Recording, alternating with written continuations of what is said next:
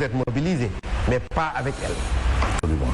Et comme elle n'a pas participé au dialogue, vous êtes allé au dialogue. Si elle aurait participé, vous n'y seriez pas. De toute façon, on allait aviser. Absolument. Aujourd'hui, quand même, il y a un débat autour du PDS, les retrouvailles de la famille libérale.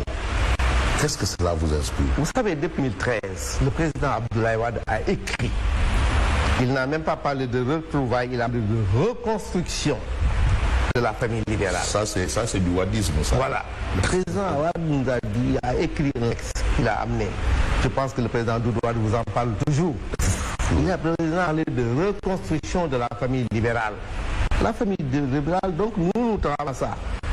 Alors, je pense que le moment est venu aujourd'hui pour que tous les libéraux se retrouvent dans la famille, dans la mère, autour du Parti démocratique sénégalais. Dans la mère, c'est-à-dire dans le cocon libéral, c'est ici, le sanctuaire. Et vous vous adressez à Macky Sall aussi? Les libéraux, tous les libéraux qui peuvent venir, les attendons, qui reviennent autour du Parti démocratique sénégalais, autour de son camp, pour aller briguer les suffrages du Sénégalais. Et cet appel, je le fais parce que le président Karim aussi me l'a répété. Allez retrouver l'ensemble de nos frères. Dites-leur que le PDS est leur parti. Ils doivent revenir à la maison. Nous devons aller ensemble, les suffrages des Sénégalais, gagner et gouverner encore le Sénégal comme nous l'avons à le faire au bon bonheur des Sénégalais. Pendant 50 ans. 50 ans. Alors, maintenant cet appel, je le réitère ici, au nom du président Abdoulaye, au nom de Karim. Il faut que l'on taise l'ensemble des rancœurs. Rancœurs, je vous en prie, chers frères et sœurs. Retrouvons-nous, discutons, allons ensemble à la conquête du pouvoir. À la conquête du pouvoir et aussi pour mettre en place un système qui nous permettra de gouverner et de continuer le développement du Sénégal que nous avons commencé en 2000, qui a été continué depuis 2012 par le président Macky Sall. Ah, donc vous mettez Macky Sall justement tous les libéraux, même tous les qui sont dans le Benno Bokk Yakaar, nous les demandons de venir nous rejoindre parce que le Benno Bokk Yakaar composite. Mais vous voulez même le libéral en chef du Bokk Yakaar, s'il venait nous rejoindre, nous le prenons, c'est un libéral. C'est pour te dire... Vous l'avez pardonné? Pardonner quoi? D'avoir mis Karim Wade en prison. Non, vous savez la politique, je dis que la politique n'a pas de cœur, n'a pas de mémoire. La politique a des objectifs. Le président Abdoulaye Wade a été mis combien de fois en prison par le président Abdou Diouf? Il a sorti et allé dans son gouvernement. Vous les avez vus. Donc la politique n'a pas de ressentiment profond. Si les combats politiques se font et se défendent, c'est pourquoi il n'y a que des gentlemen qui peuvent faire la politique. C'est pas parce que je t'ai mis en prison aujourd'hui, tu sors demain que je dois te... Non, c'est les vicissitudes de la politique. Qui ne veut pas aller en prison, qui ne veut pas aller, n'a qu'à cesser de faire la politique. Ah bon? Donc absolument. Pour faire la politique en prison. Ça en fait partie. Vous vous rappelez, le président Wade nous a enseigné dès le début, quand il de faire la politique, quand il est venu de dire à son père, il lui a dit, as-tu peur de non? Il lui a dit non. Oui. As-tu peur de mourir? Il dit non. Seras-tu patient? Il lui a dit. Voilà, ça c'est trois vertus cardinales dont il faut s'armer pour faire de la politique. Alors, là, il est sorti de prison, il a combien d'années? Ça a été plus long que tout ça. Il est sorti, il a pardonné tout le monde, il a gouverné le pays, l'essentiel, c'est d'avoir l'occasion d'exprimer sa vision, de faire ce qu'on veut faire pour son pays. Maintenant, on peut en être empêché politiquement un moment. Je disais, il y a quelques jours à un ami, la pire des choses qui peut arriver à un homme politique, c'est de mourir. Tout le reste peut être récupéré. Aller en prison, être sali, tout cela... Si on est endurant, être accusé à tort, tout cela, de complot. Si on est endurant dans le temps, la politique va le laver. La pire des choses, c'est mourir. En tout cas, tant qu'on est en vie en politique, il faut espérer gagner son combat. Et il faut tout faire pour ne pas mourir. Tout faire pour ne pas mourir. Alors, rester en vie. Mais oui, mais c'est ce même Abdoulaye Wade qui a introduit dans la Constitution la notion de résistance. Absolument. Mais justement, si certains acceptent d'aller en prison facilement, comme un jeu, mais d'autres ont le droit de ne pas résister. Mais toute résistance doit être toujours adossée à la loi. Vous avez vu PDS, le président Wade nous disait que nous avons gagné tous les procès que nous avons eu en face de nos adversaires politiques. À chaque fois que l'État nous a traînés devant les tribunaux, nous avons gagné. Il y a eu des magistrats qui ont su dire le droit. Parce que le président dit que je m'approche toujours de l'illégalité, mais je ne franchis jamais la ligne. C'est ça la subtilité en politique. Il ne faut jamais tomber l'égalité. Nous, on a fait énormément d'événements, on a fait énormément de choses, mais on s'attache à ne pas tomber dans l'illégalité. C'est pourquoi à chaque fois qu'on nous prenait, à chaque fois qu'on était devant les tribunaux, les magistrats, devant nos cas, après les plaidoyers, ils se disaient toujours qu'ils n'ont pas été hors la loi. C'est une subtilité. On peut faire énormément, mais il faut être légaliste. C'est pourquoi on dit que nous, on a une opposition. On a beaucoup fait de manifestations, on a fait énormément de choses. Mais on nous a toujours dans les tribunaux. Parce qu'on s'est toujours attaché à respecter la loi. Parce qu'on connaissait aussi nos droits. Au Sénégal, on te disait que le plus petit du PDS est un juriste. Parce qu'Abdoulaye Wade nous apprenait les choses. Nos droits. C'est que quand on est sur le terrain, on se méfie de certaines choses. Mais est-ce que tu es en train d'indexer un peu le manque de maturité politique de certains leaders de l'opposition? Non, je ne saurais indexer un leader pour lui dire qu'il y a manque de... En tout cas, ce que je dis est très clair. Nous avons tout fait dans ce pays, mais à chaque fois, même si nous étions pris dans des événements, on a été attaqués. Donc, le parti politique doit avoir jusqu'où aller dans l'ensemble de ses actions et tomber dans l'illégalité. Ce que le PDS a toujours évité. Et aujourd'hui, comment vous voyez la politique légale? Elle est désolante. Elle est désolante de haine et de violence. Ah bon? Ah oui, ce qu'on a vu. Beaucoup de haine, beaucoup de violence. Ça désole. Tous les Sénégalais sont meurtris de voir l'expression de la politique. Alors, je dis que ça, c'est des histoires de tchouné. Oui, je dis que la politique est tellement noble, tant que ce sont les politiques, les hommes qui le font, il y a toujours une finesse entre les hommes politiques.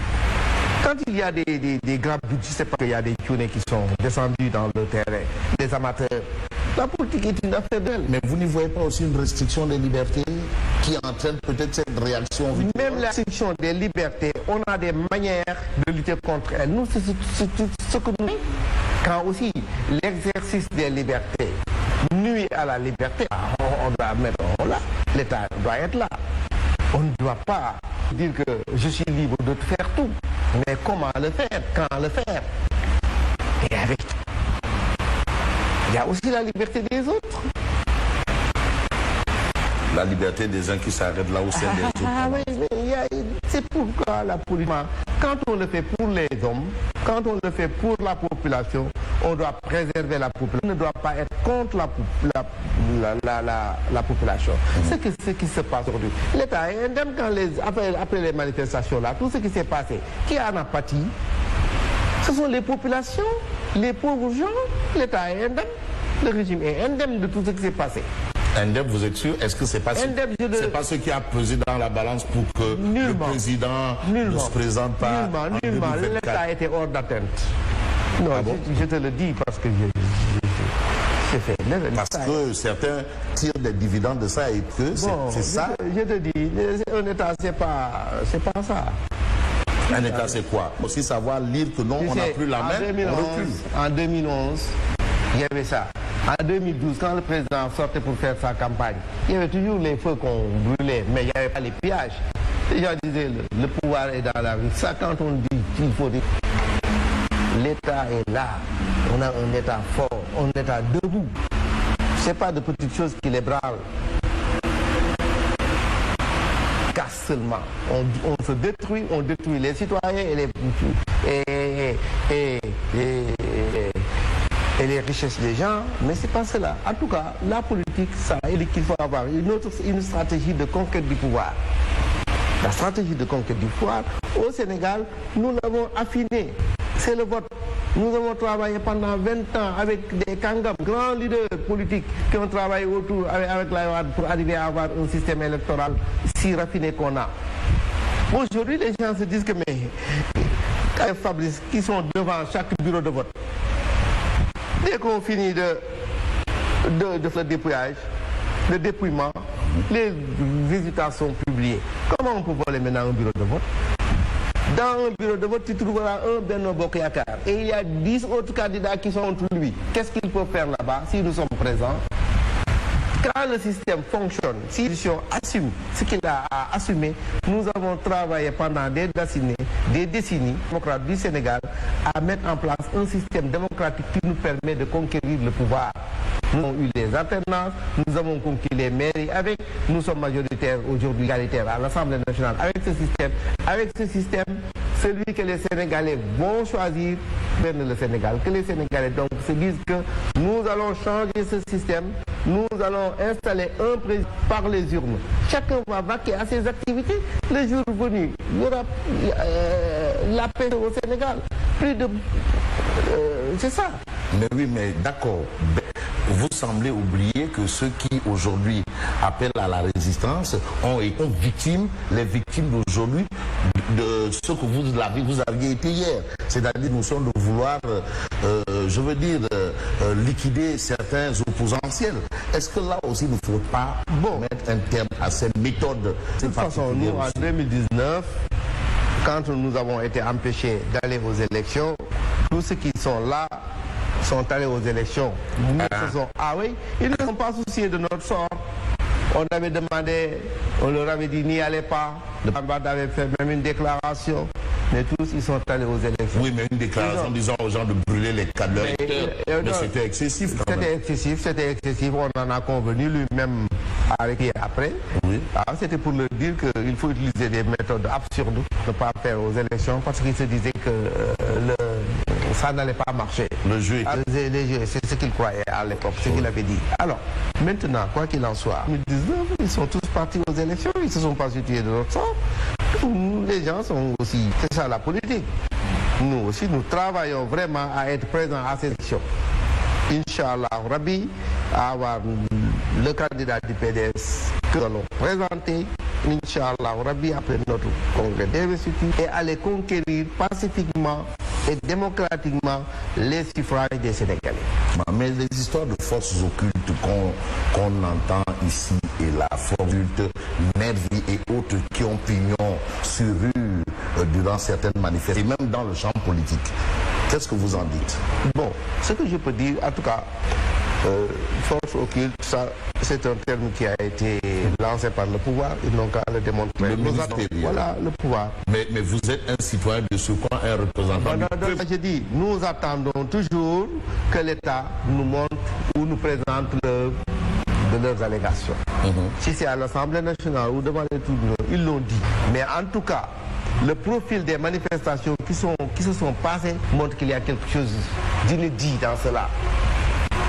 Si vous êtes un observateur de la vie politique depuis plus de 30 ans, il y a quelque chose d'inédit. Les politiques ne sont jamais... On a fait énormément de manifestations ici. Moi, je ne pense pas un jeune pasteur aller brûler une bibliothèque. Vraiment, je ne le crois pas. Je ne crois pas que les politiques se mettent à aller brûler les écoles. Je ne le sais pas. Moi, j'attends qu'on me montre que tel jeune du parti a fait tel jeune du parti a fait. Et la responsabilité est de qui? La responsabilité, nous les hommes politiques, puisque c'est nous qui allons aux manifestations, c'est notre responsabilité. C'est notre responsabilité. Mais ce qui se passe dans une manifestation pour nous déborder. C'est pourquoi nous, à l'époque, on mettait des brigades de surveillance de nos manifestations. On se dit que nous pouvons être infiltrés à chaque moment. Il faut être vigilant par rapport à l'infiltration. Vous commencez votre manif, vous dites que l'heure de démarrage c'était l'heure, vous voyez qu'un kidam qui arrive là-bas, il dit si par exemple il y a la police de la manifestation et on dit non, ne le suivez pas, ce n'est pas encore l'heure. Tout cela, une manifestation se maîtrise en général. Mais les infiltrations peuvent exister dans beaucoup de manifestations. Donc, en tout cas, moi, le profil de ces manifestations m'a fait beaucoup réfléchir. Mais est-ce que ce n'est pas aussi le discours politique que nous avons aujourd'hui? Déjà, votre point de vue par rapport à la sortie d'un de vos collègues députés, président de groupe parlementaire comme vous, Birame Souleye Diop, comment vous l'entrevoyez? Bon, est-ce que ce n'est pas excessif de le mettre en garde à vue? Un écart de langage est vite arrivé. Birame Souleye, tout le monde le connaît, courtois, cool.